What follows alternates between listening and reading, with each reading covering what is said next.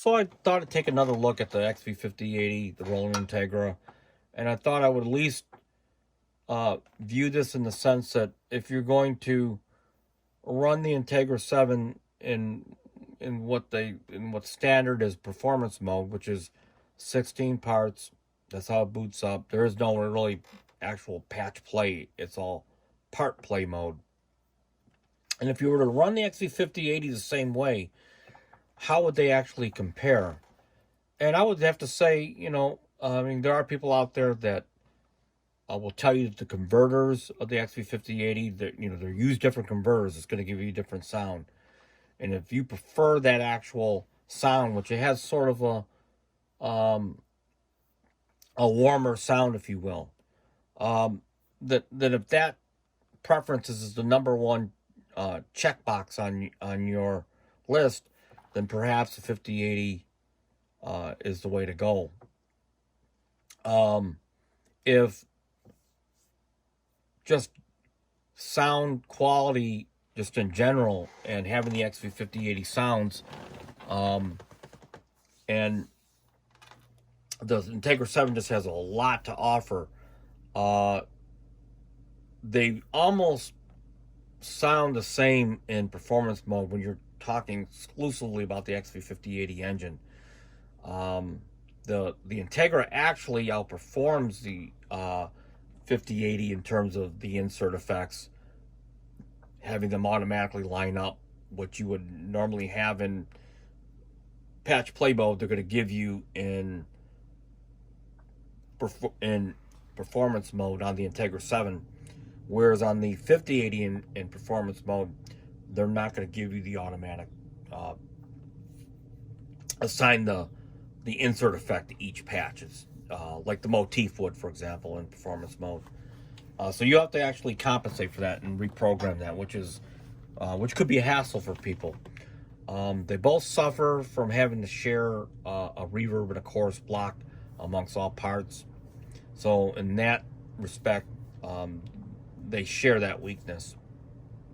The one advantage the Integra 7 has is it's got a full onslaught of supernatural acoustic and synth and drum engines, which is, you're not going to get that in the 5080.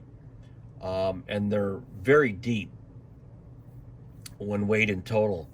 And if that type of sound palette actually fits into your preference, then the Integra 7 now becomes really just a entirely different platform. If you look at the Sweetwater, actually, if you go to Roland's website, it's not actually officially discontinued yet. Matter of fact, the driver or the app, Integra 7 app, actually works on my iPad Pro, 2021 iPad Pro. So they're still, as today, made it compatible with the new iOS.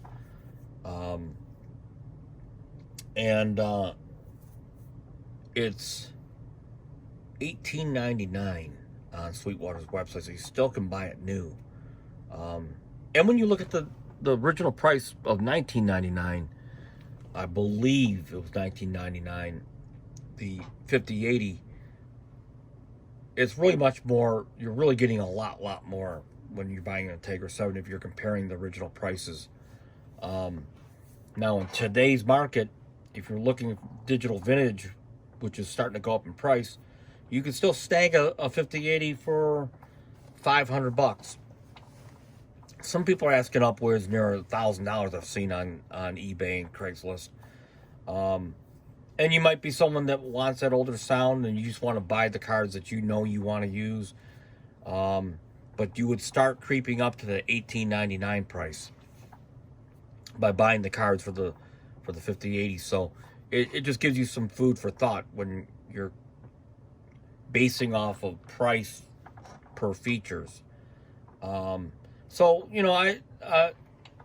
keep in mind, you also have to have an iPad. So if you don't own an Apple iPad, you wouldn't get this aspect of control, which is almost imperative to have, trying to navigate through at least the sounds of the Integra. 7. So, but if you're someone that wants to program sounds and do your own sounds, and there are people out there that want to program sounds, I would say the 5080 is the way to go. As far as programming the bass presets that are inside the made the XV5080 so famous, and using the oscillators and all that, I would say the 5080, just because of the panel layout, is much more conducive and easier to program than the Integra 7, which has very little buttons on there. Everything's done through the jog wheel.